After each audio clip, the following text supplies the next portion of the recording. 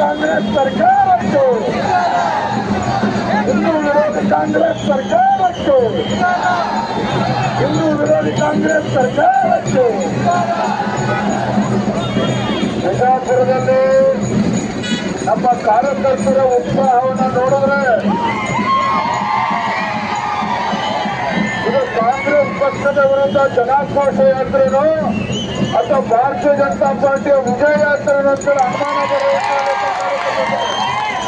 ಎಲ್ಲರ ಕಾರ್ಯಕರ್ತರ ಪ್ರೀತಿ ವಿಶ್ವಾಸಕ್ಕೆ ಋಣಿಯಾಗಿದ್ದಾರೆ ಅಂತ ಹೇಳಿ ಸಂಘಟನೆ ದಯವಿಟ್ಟಲ್ಲ ಎಲ್ಲ ಮುಂದೋಗಿ ದಯವಿಟ್ಟಲ್ಲ ಮುಂದೋಗಪ್ಪ ತಮೇಶ್ವರ ಮುಂದೋಕೆ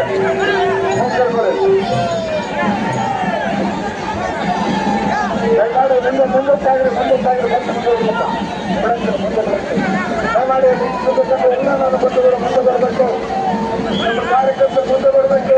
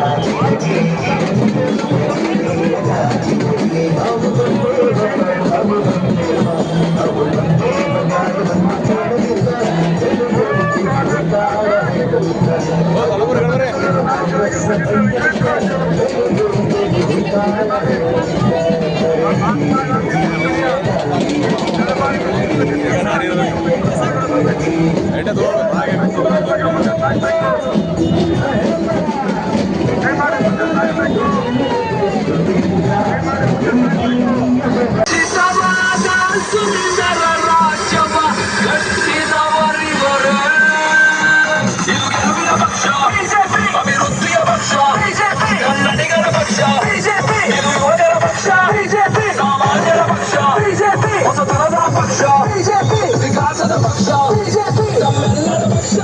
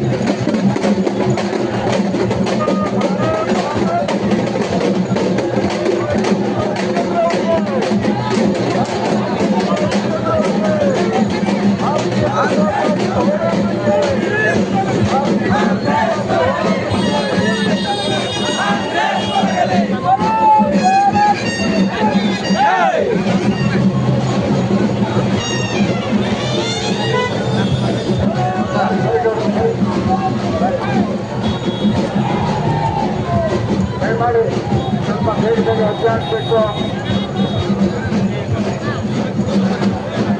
ನಾವು ಯಾರು ಕೂಡ ನಿರೀಕ್ಷೆ ಮಾಡದ ರೀತಿಯಲ್ಲಿ ಎಲ್ಲರೂ ಕೂಡ ಕಾರ್ಯಕ್ರಮದಲ್ಲಿ ಭಾಗವಹಿಸಿದ್ದೀರಿ. ವಿಜಯಪುರ ನಗರದ ವಿಜಯಪುರ ಜಿಲ್ಲೆಯ ಪ್ರತಿಯೊಬ್ಬ ಭಾರತೀಯ ಜನತಾ ಪಕ್ಷದ ಕಾರ್ಯಕರ್ತನಿಗೆ ಭಾರತೀಯ ಜನತಾ ಪಕ್ಷದ ರಾಜ್ಯಾಧ್ಯಕ್ಷರಾದ ವಿಜೇಂದ್ರರಾಜ್ ಪರವಾಗಿ ನಿಮ್ಮೆಲ್ಲರಿಗೂ ಕೂಡ ಹೃದಯಪೂರ್ವಕವಾದಂತಹ ಅಭಿನಂದನೆ ಸಲ್ಲಿಸುತ್ತೇನೆ. बोलो भारत माता की, बोलो भारत माता की, बोलो भारत माता की.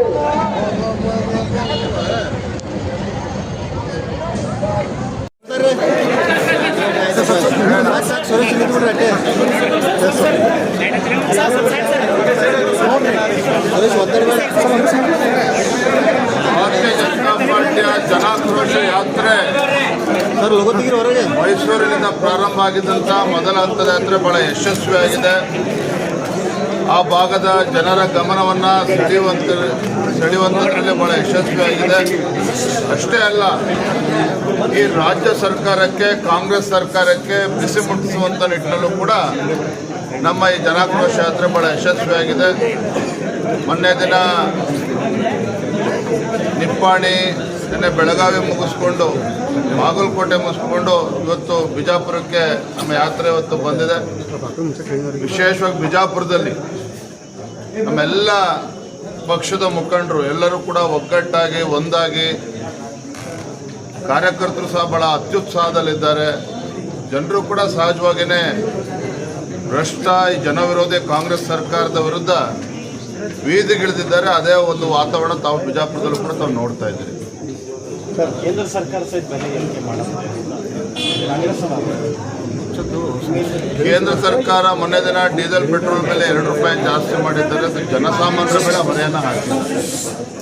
ಆ ತೈಲ ಕಂಪನಿಗಳೇ ಆ ಭಾರವನ್ನು ಭರಿಸಬೇಕು ಅಂತೇಳಿ, ಓರಬೇಕು ಅಂತೇಳಿ ಕೇಂದ್ರ ಸರ್ಕಾರ ಈಗಾಗಲೇ ನಿರ್ಧಾರ ಮಾಡಿರೋದು ನಿಮ್ಗೆಲ್ಲರೂ ಕೂಡ ಗೊತ್ತಿದೆ. ಆದರೂ ಕೂಡ ಆಡಳಿತ ಪಕ್ಷ ಸಹಜವಾಗಿಯೇ ಆತಂಕದಲ್ಲಿದ್ದಾರೆ.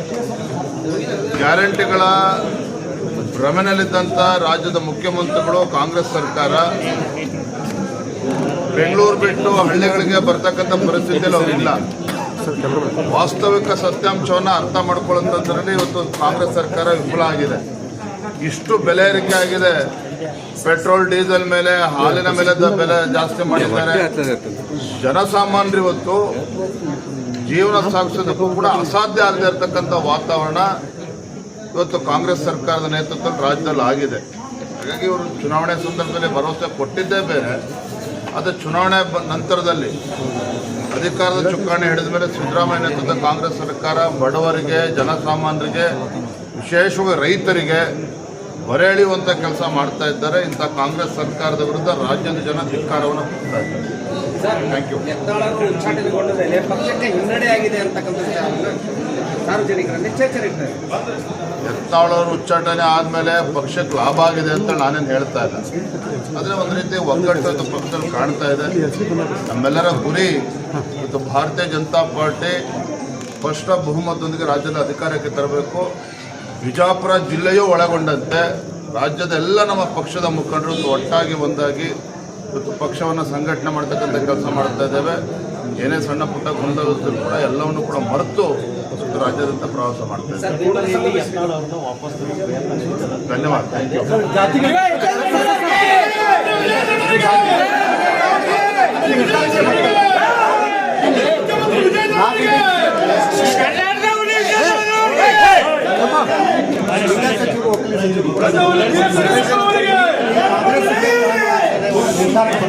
ನಾಲ್ಕು ಗಂಟೆಗೆ ಪ್ರಾರಂಭ ಆಗಬೇಕಾಗಿದ್ದಂಥ ಕ್ಯಾಬಿನೆಟ್ ಇನ್ನೂ ಶುರುವಾಗಿಲ್ಲ ಅಂತೇಳಿ ನಿಮ್ಮ ಆತಂಕ. ಮುಖ್ಯಮಂತ್ರಿ ಇದ್ದಾಗ 4 ವರ್ಷ ಅವಕಾಶ ಇತ್ತು ಸಿದ್ದರಾಮಯ್ಯನವರಿಗೆ ಈ ಜನಗಣತಿಯನ್ನು ಇಂಪ್ಲಿಮೆಂಟ್ ಮಾಡೋದಕ್ಕೆ. ಮಾಡಿಲ್ಲ. ಯಾಕೆ ಅಂತ ಹೇಳಿದ್ರೆ ರಾಜ್ಯದ ಮುಖ್ಯಮಂತ್ರಿಗಳಿಗೆ ಪ್ರಾಮಾಣಿಕವಾಗಿರ್ತಕ್ಕಂಥ ಕಳಕಳಿ ಅಥವಾ ಕಾಳಜಿ ಈ ವಿಚಾರದಲ್ಲಿ ಇಲ್ಲ. ಚುನಾವಣೆ ಗೆಲ್ಲಬೇಕು, ಈ ರೀತಿ ಓಟಾಟಿಕೆ ಮಾಡ್ಕೊಂಡು ಮಾಡ್ತಾರೆ ಹೊರತು 4 ಗಂಟೆ ಇಲ್ಲ, ಇನ್ನು 4 ವರ್ಷ ಮಾಡೋಕ್ಕೆ ಸಾಧ್ಯ ಇಲ್ಲ.